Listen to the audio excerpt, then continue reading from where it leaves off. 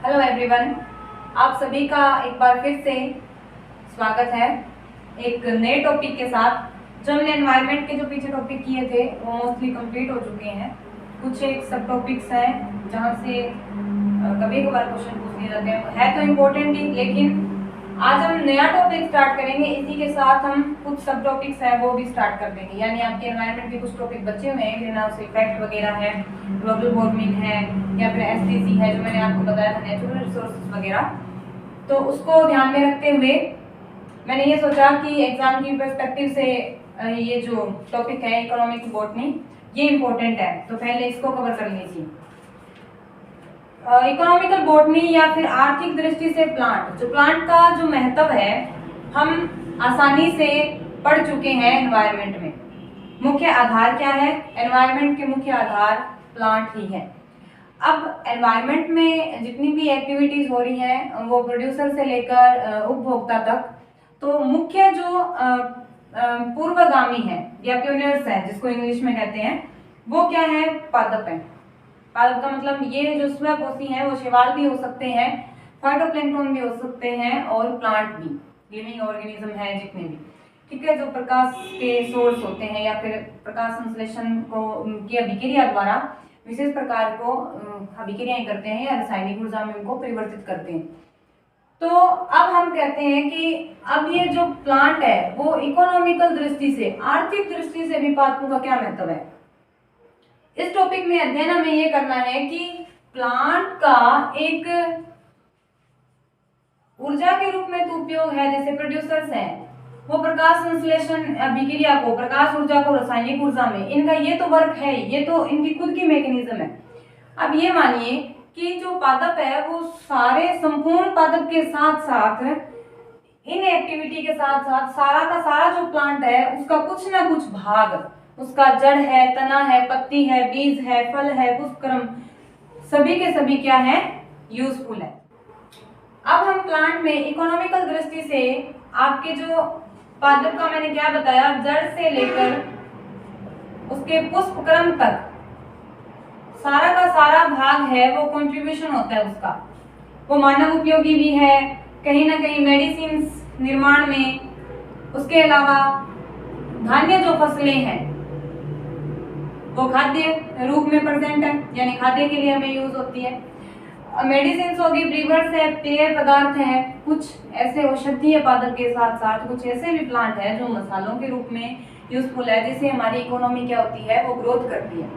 जितने भी मसाले यहाँ राजस्थान में या फिर भारत में उगाए जाते हैं तो उनको आर्थिक दृष्टि से या फिर हम व्यापार की दृष्टि से हम बोलते हैं, फिर उनको बाजार में या मार्केटिंग के लिए लेके जाते हैं, तो वहां से हमें इनकम के सोर्स भी है।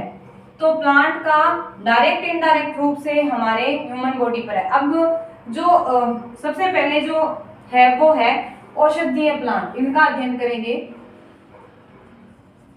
औषधीय प्लांट पादप कौन से हैं, इसके बाद में रेशे कहाँ से प्राप्त होते हैं, जूट है, सन और मसाले, वीवर्स यानी पेय पदार्थ, उनमें कौन कौन से पादप है वो, और उनके पादप के कौन कौन से भाग है वो खाने योग्य है या फिर किस दृष्टि से हमारे लिए उपयोगी है।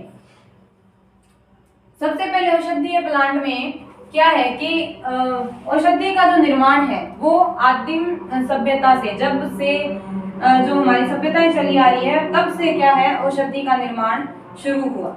शुरू का मतलब यह है कि कुछ उसमें इतना को जानते थे, वैद्य वगैरह थे, वो क्या करते थे औषधि को गाँवों में यूज कर लिया, फिर कुछ गंभीर बीमारियां या फिर कुछ ऐसे इस प्रकार से क्या होता था कि कोई प्रेत आत्मा वगैरह है वो भी आ जाने से क्या होता है कि मानते थे आदिम जो लोग थे कि वो रोगों का कारण होती है, तो उस समय भी औषधि का निर्माण किया जाता था। उनको इतना ध्यान तो क्या था, बस ठीक है वो कोई भी प्लांट है उससे उन्होंने यूज किया और उससे क्या हुआ कि उनको रिलीफ मिला, या फिर उनको लगा भी हाँ इसके यूज करने से हमें कोई तकलीफ है हमारे शरीर में वो कम हुई, ठीक है। तो इस तरह से क्या हुआ कि धीरे धीरे जो औषधीय निर्माण जड़ी बूटियां थी इनका उपयोग है वो धीरे धीरे क्या होना प्राचीन काल से ही होता आ रहा है। तो मैंने क्या बताया कि प्राचीन काल से यानी सभ्यता से औषधियों का निर्माण होता आ रहा है। क्योंकि उन्होंने उनको इतना कोई टेक्नोलॉजी नहीं थी या फिर इस प्रकार से उनको ये पता नहीं था, लेकिन किसी तरह से औषधि जहाँ प्रेजेंट थी, पादप तो सर्वत्र थे, तो उन्होंने डायरेक्ट इनडायरेक्ट रूप से उनको कहीं यूज किया, औषधि का निर्माण किया, जो वैद्य वगैरह थे। तो तब से ये जो प्लांट है वो प्रेजेंट तो है धरती पर, तब से प्रेजेंट है, लेकिन धीरे धीरे क्या हुआ, इनमें टेक्नोलॉजी आई, उसके बाद में इनके जो एक स्पेसिफिक एरिया में या फिर कंप्लीट जो वर्ड में नाम जिनके जाने जाते हैं, इनको वानस्पतिक नाम या फिर जंतु के आधार पर उनको बांटा जाता है। तो संपूर्ण वर्ड में उनको एक आधार या फिर एक नाम से जानने के लिए वैज्ञानिकों ने इनके बॉटनिकल यानी वनस्पतिक नाम भी रख दिए। तो सबसे पहले जो अपना औषधीय प्लांट है वो इनका एक बार हम आइडेंटिटी कर लेते हैं, सिनकोना ऑफिसिनेलिस, जिसको क्या कहते हैं, सिनकोना ऑफिसिनेलिस, जिसको क्या कहते हैं, कुनेन। इससे जो औषधि प्राप्त होती है वो क्या प्राप्त होती है, कुनेन। दूसरा है रोवोल्फिया सर्पेंटिना, इसका जो कॉमन नेम जिसको कहते हैं सर्पगंधा वो है बिथानिया सोमनीफेरा, इसको अश्वगंधा कहते हैं, इसका कॉमन नेम अश्वगंधा है। पेपरवर सोमनीफेरम, ये क्या है, अफीम प्लांट जो पेपरेसी फैमिली से प्राप्त होता है और इसका कॉमन नेम जो है वो है अफीम। अब ये औषधीय में भी यूज आते हैं प्लांट, इसके बाद अलावा जो नार्कोटिक है, एंटीटॉक्सिक है, हाइपोन्टिक है, यानी कहीं ना कहीं पेन किलर के रूप में भी, एंटीटॉक्सिक के रूप में भी, स्वापक के रूप में भी, यानी बेहोशी के रूप में भी, यानी किसी प्रकार से औषधि के साथ साथ एक प्रकार से नशे के रूप में भी यूज होते हैं। एट्रोपा बेलेडोना जो धतूरा प्लांट है, फेरुला एसाफोइटिडा जो हींग प्लांट है, वो एक तरह से हींग जो है वो किसमें, मसालों के साथ साथ औषधि में भी काम आती है। कुरकुमा लौंगा जो हल्दी है वो मसालों के साथ साथ औषधि के रूप में भी काम आती है।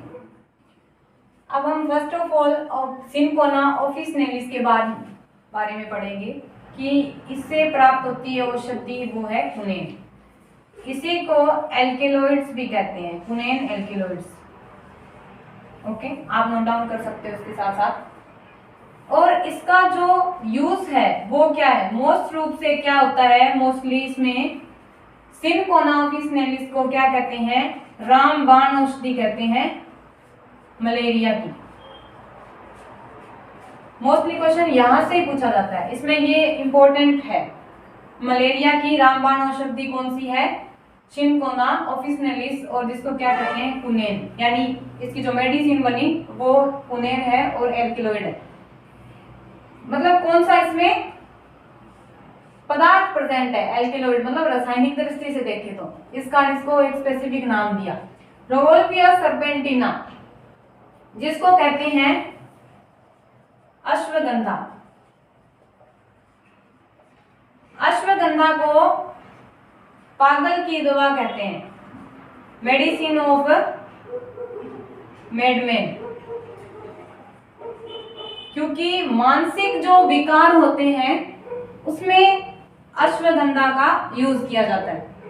औषधियां, मेडिसिन मतलब औषधियां जो है वो एक एंटीटॉक्सिन भी है, हाइपोन्टिक भी है, स्वापक भी है, क्योंकि ये डायरेक्ट इनडायरेक्ट रूप से किस प्रकार यूज आती है कि हो सकता है ये पेन किलर है, यानी नार्कोटिक है। नार्कोटिक का मतलब एक नर्व जो होता है उसको संदमित कर देती है, उसके तंत्रिका तंत्र में कहीं भी किस प्रकार की कोई डिस्ट्रोफी है या फिर पेन हो रहा है तो उसको क्या करती है, प्रेशराइज्ड कर देती है, उसको इनहिबिट कर देती है, मतलब संदमित कर देती है।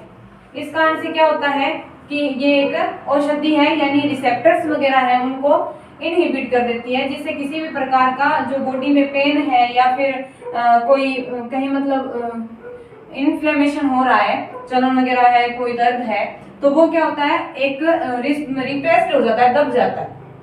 ठीक है। अश्वगंधा जो इसका यूज है वो किसमें, अश्वगंधा का एल्केलॉइड है वो इसमें दिया नहीं हुआ, लेकिन जो विथेनिया सोमनीफेरा है जिसको सर्पगंधा कहते हैं उसका सोमनीफेरिन एल्केलॉइड होता है। कौन सा, सोमनीफेरिन एल्केलॉइड प्रेजेंट होता है। जो अश्वगंधा होता है वो प्लांट की रूट से प्राप्त होता है, जो प्लांट है अश्वगंधा वो रूट से प्राप्त होता है, और जो वो बार्क से प्राप्त होता है, छाल से। सिनकोना ऑफिसनेलिस है वो प्लांट की छाल से प्राप्त होता है। जिस प्रकार मैंने आपको क्या बताया कि जो औषधीय प्लांट है वो नार्कोटिक, एंटीटॉक्सिक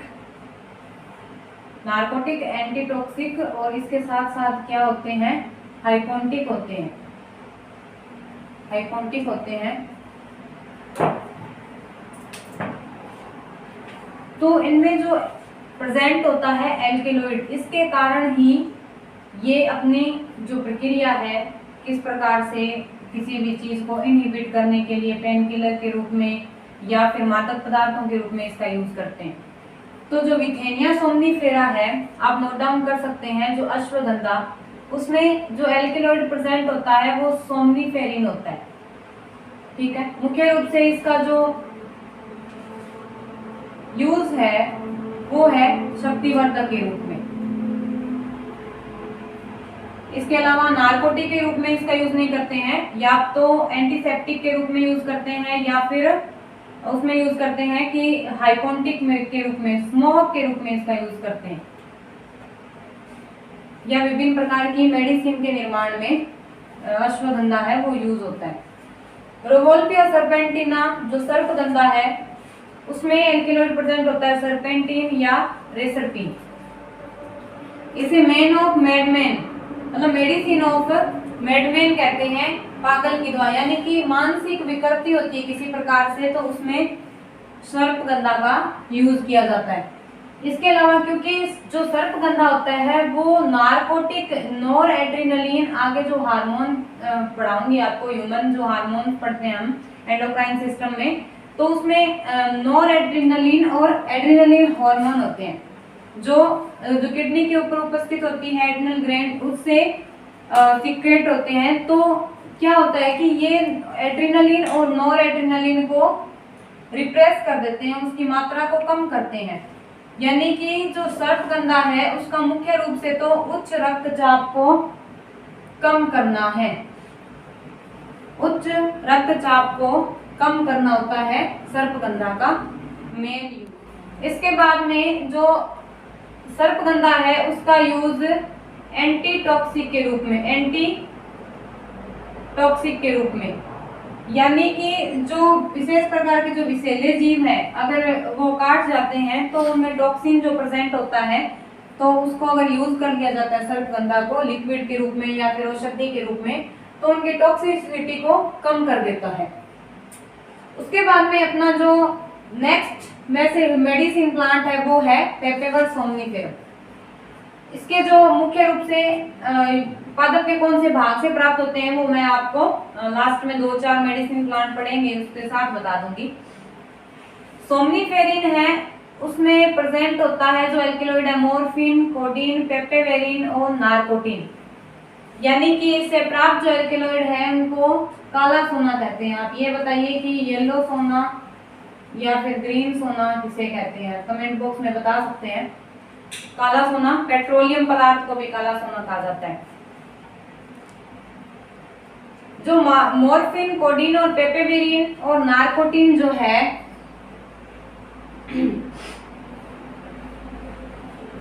वो क्या होते हैं, मादक पदार्थ होते हैं। इन मादक पदार्थों का यूज है वो मुख्य रूप से तो किस में करते हैं, नशे के रूप में। ठीक है, आप समझ रहे हो, मॉर्फिन वगैरह का जो यूज है वो नशे के रूप में हो रहा है। पेपेवर सोमनीफेरम का, अफीम का जो यूज है वो औषधि के रूप में भी होता है, लेकिन इसकी अगर नशे के रूप में इसको यूज करें तो ये अच्छी बात नहीं है। उसके बाद में है एट्रोपा बेलेडोना। एट्रोपा बेलेडोना जो धतूरा प्लांट है उसका मुख्य रूप से तो देखो मेडिसिन में तो यूज है। इसके अलावा हम अगर इससे निर्मित कोई भी मेडिसिन है उसको हम जो परामर्श ले सकते हैं किसी भी डॉक्टर से, उसके देख रेख में करनी चाहिए। अब जो एट्रोपा बेलेडोना है उससे जो एल्केलॉइड प्राप्त होता है, ये मोस्टली पूछ लिया जाता है, एट्रोपिन प्राप्त होता है। इसमें एल्केलॉइड जो प्रेजेंट होता है वो एट्रोपिन होता है। यहाँ अफीम सर्पगंधा जो है इसका एक यूज होता है यूट्रस कंस्ट्रक्शन में।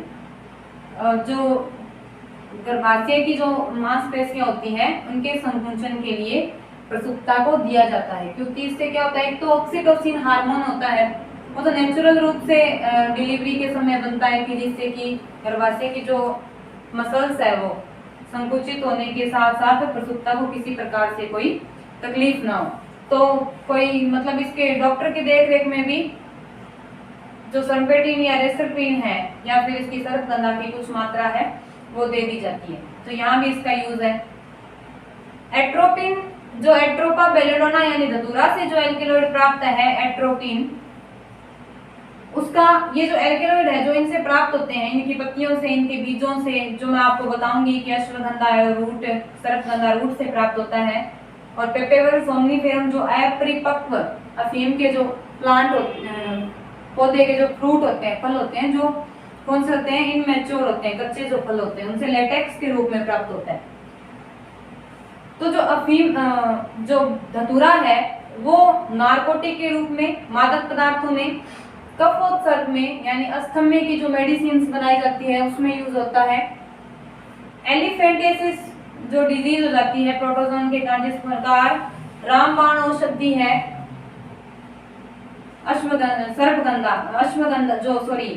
सिनकोना ऑफिसनेलिस जो रामबाण औषधि है किसकी, मलेरिया की, उसी प्रकार ये भी एलिफेंटियासिस जो डिजीज है उसमें काम आता है।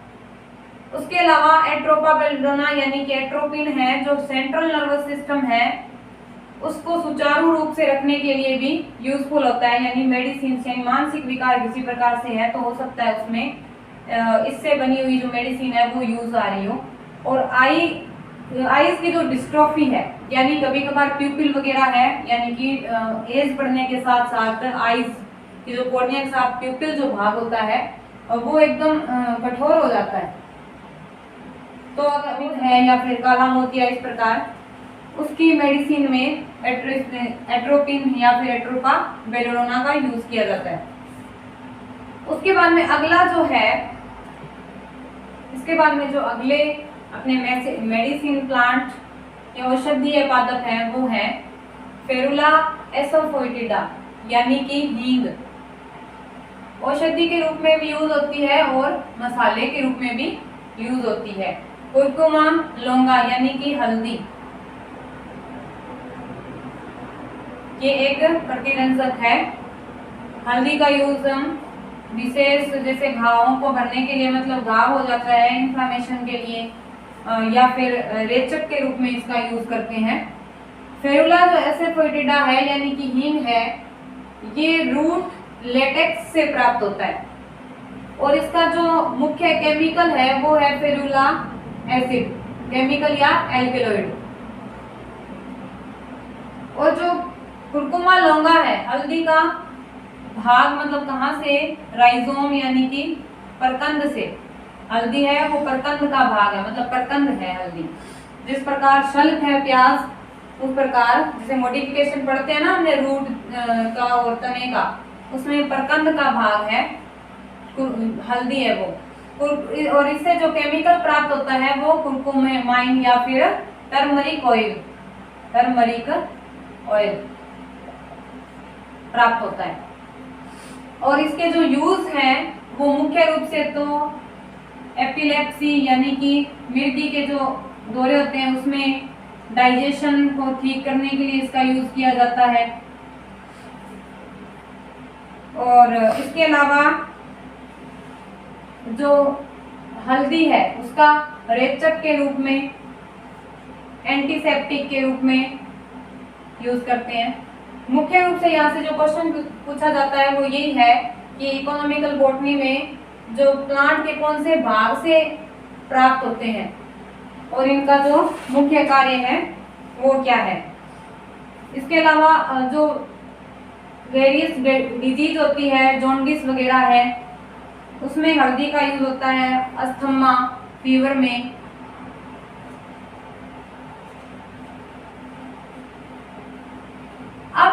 जो रह गए धतूरा, सर्पगंधा, अश्वगंधा, ये प्लांट के कौन से भाग से प्राप्त होते हैं? तो जो धतूरा है वो रूट से भी और पत्तियों से भी, यानी कि इसमें प्रेजेंट जो एट्रोपिन है, एल्कलॉइड पदार्थ है, वो प्राप्त होगा। सर्पगंधा, अश्वगंधा रूट से, यानी कि इसमें क्या बनाई जाती है, इसके चूर्ण के रूप में प्राप्त किया जाता है। उसके बाद में सिंकोना या कुनेन, ये बार्क से प्राप्त होती है, वृक्ष की छाल से प्राप्त होती है, जो रामबाण औषधि है मलेरिया की। अफीम, पेपेवर सोमनिफेरम, ये अपरिपक्व कैप्सूल, अपरिपक्व जो बीज होते हैं, यानी कि जो फल होते हैं, उनसे प्राप्त होता है। इसके अलावा अगला जो मेडिसिन प्लांट है वो है एलोवेरा। इसका बोटनिकल नेम एलोवेरा है, वैसे इसको घृतकुमारी हिंदी में घृतकुमारी कहते हैं। एलोवेरा इसका बोटनिकल नेम है। निकोटियाना टेबेकम जो तंबाकू है, तंबाकू जो प्लांट है वो पत्तियों से प्राप्त होती है, पर्ण से। एलोवेरा की भी मांसल पर्ण होती है, वहां से एलोवेरा है वो गुद्दे के रूप में प्रेजेंट होता है, प्राप्त किया जाता है। अब इसके साइड इफेक्टेड क्या क्या है? तंबाकू के तो मोस्टली साइड इफेक्ट ही हैं। और इसके जो पत्ता होता है उसको तेंदु पत्ता कहते हैं, जहां से निकोटियाना टेबेकम प्राप्त होता है। इसके कुछ डिजीज भी हैं, वो आगे पढ़ेंगे। एलोवेरा है, ये डाइजेशन सिस्टम को अच्छे रखने, सुचारू रूप से रखने के लिए सौंदर्य प्रसाधन में इसका यूज किया जाता है, आप सभी जानते हैं। और धतूरा, सर्पगंधा, ये सभी जो एल्केलॉइड्स इनसे प्राप्त हैं वो पादप के किसी न किसी भाग से है, तो यहाँ से कर लीजिएगा। एक क्वेश्चन रह गया, वो है कि इसका जो अध्ययन है वो फार्मेकोलॉजी कहलाता है। किसका अध्ययन? मेडिसिन का जो अध्ययन होता है वो क्या कहलाता है? फार्मेकोलॉजी। आप इन सभी के बॉटनिकल नेम है वो एक बार लिख के याद कर लीजिएगा। इसके अलावा अगला टॉपिक कुछ करवाना था आपको, लेकिन मैं आज ये क्लास यहीं समाप्त करती हूँ।